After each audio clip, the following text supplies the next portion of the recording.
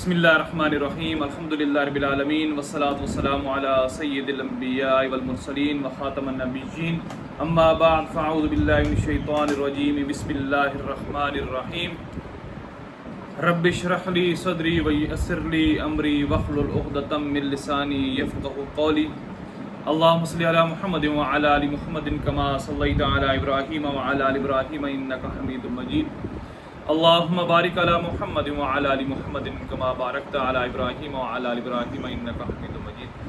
السلام علیکم ورحمۃ اللہ وبرکاتہ۔ آج پھر ایک ویڈیو لیکچر کے ساتھ اللہ کی دی ہوئی توفیق سے میں آپ کے سامنے حاضر خدمت ہوں۔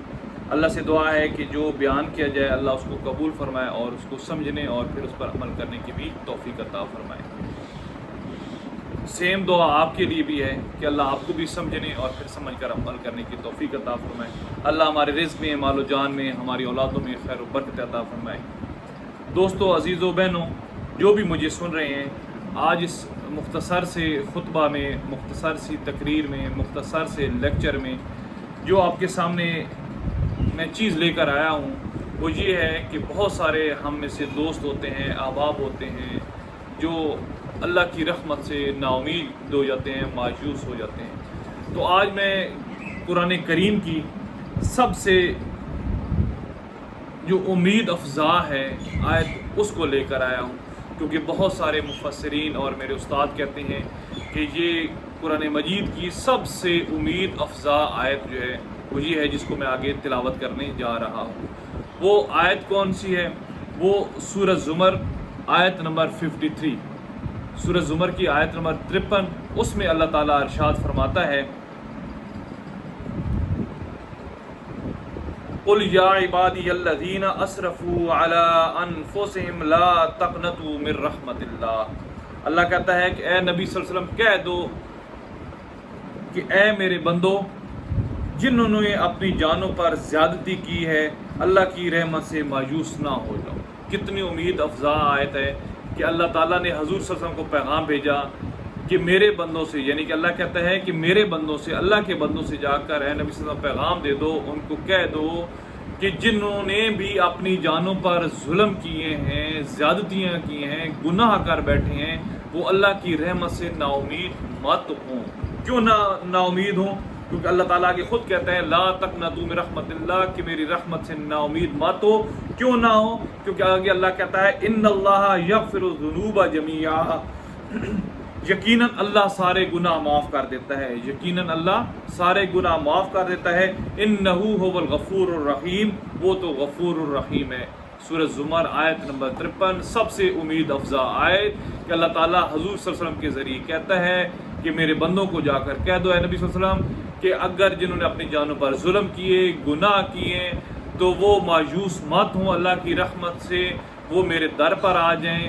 اللہ تعالیٰ سارے کے سارے گناہ جو ہے وہ معاف کر دیتا ہے، کیونکہ اللہ تعالیٰ غفور الرحیم ہے۔ اب یہاں پر ایک سوال پیدا ہوتا ہے کہ کیا یہ جو رحمت کی امید ہے یہ صرف مسلمانوں کے لیے ہے یا غیر مسلموں کے لیے ہے؟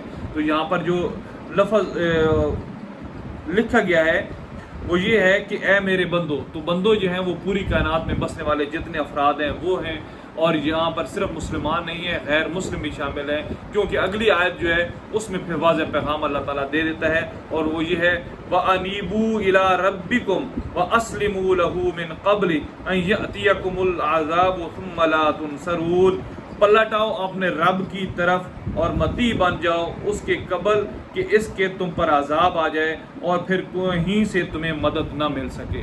یعنی کہ جتنے بھی گناہ گار لوگ ہیں، غیر مسلم ہیں، وہ بھی اگر اللہ کی اس آیت کو پڑھنے کے بعد اللہ کی طرف پلٹ آئیں گے تو یقیناً اللہ ان کے سارے گناہ جو ہے وہ معاف کر دے گا، اور پھر وہ فرمانبردار بن جائیں گے، متی بن جائیں گے۔